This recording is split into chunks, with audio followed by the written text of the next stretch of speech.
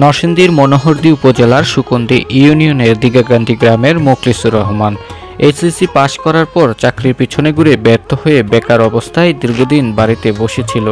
হঠাৎ ৬ বছর আগে ইউটিউবে বিদেশি ফল ড্রাগন চাষ দেখে আগ্রহ বাড়ে এই ফল চাষাবাদে। এরপর বাড়ির পাশে ১০% জমি লিজ নিয়ে শুরু করেন ড্রাগন ফলের আবাদ। প্রথম দিকে ভালো ফলন পেয়ে বাগানের পরিমাণও বাড়াতে থাকেন তিনি।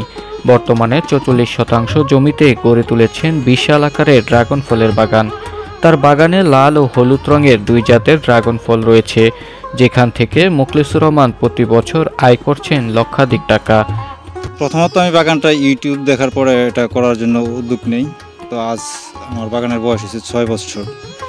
প্রথম বছর থেকেই আমি ফল হারভেস্ট করতেছি, তো এখন পর্যন্ত করতেছি।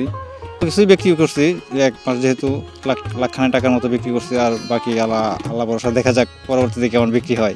অধিক পুষ্টিগুণ সমৃদ্ধ এই ড্রাগন ফলের চাহিদা রয়েছে অনেক। মোখলেছুর রহমান বাগান থেকে প্রতি কেজি ড্রাগন ফল বিক্রি করছেন ১৮০ থেকে ২০০ টাকা দরে। এখানকার উৎপাদিত সুস্বাদু ড্রাগন ফল বিক্রি হচ্ছে রাজধানী ঢাকাসহ দেশের বিভিন্ন জেলায়।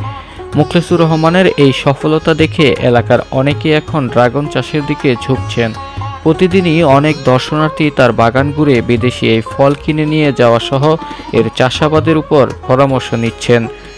দীর্ঘমেয়াদী এই ড্রাগন ফল চাষাবাদের বিস্তার ঘটাতে কৃষকদের উদ্বুদ্ধ করা সহ বিভিন্ন পরামর্শ দিচ্ছে জেলা কৃষি সম্প্রসারণ অধিদপ্তর। চলতি বছর নরসিংদীর ৬টি উপজেলায় ১৫ হেক্টর জমিতে ড্রাগন ফলের চাষ হয়েছে। বিদেশি এই ফলের ব্যাপক বিস্তার ঘটাতে পারলে একদিকে যেমন পুষ্টির চাহিদা পূরণ হবে, অন্যদিকে অর্থনৈতিকভাবেও লাভবান হবে কৃষক।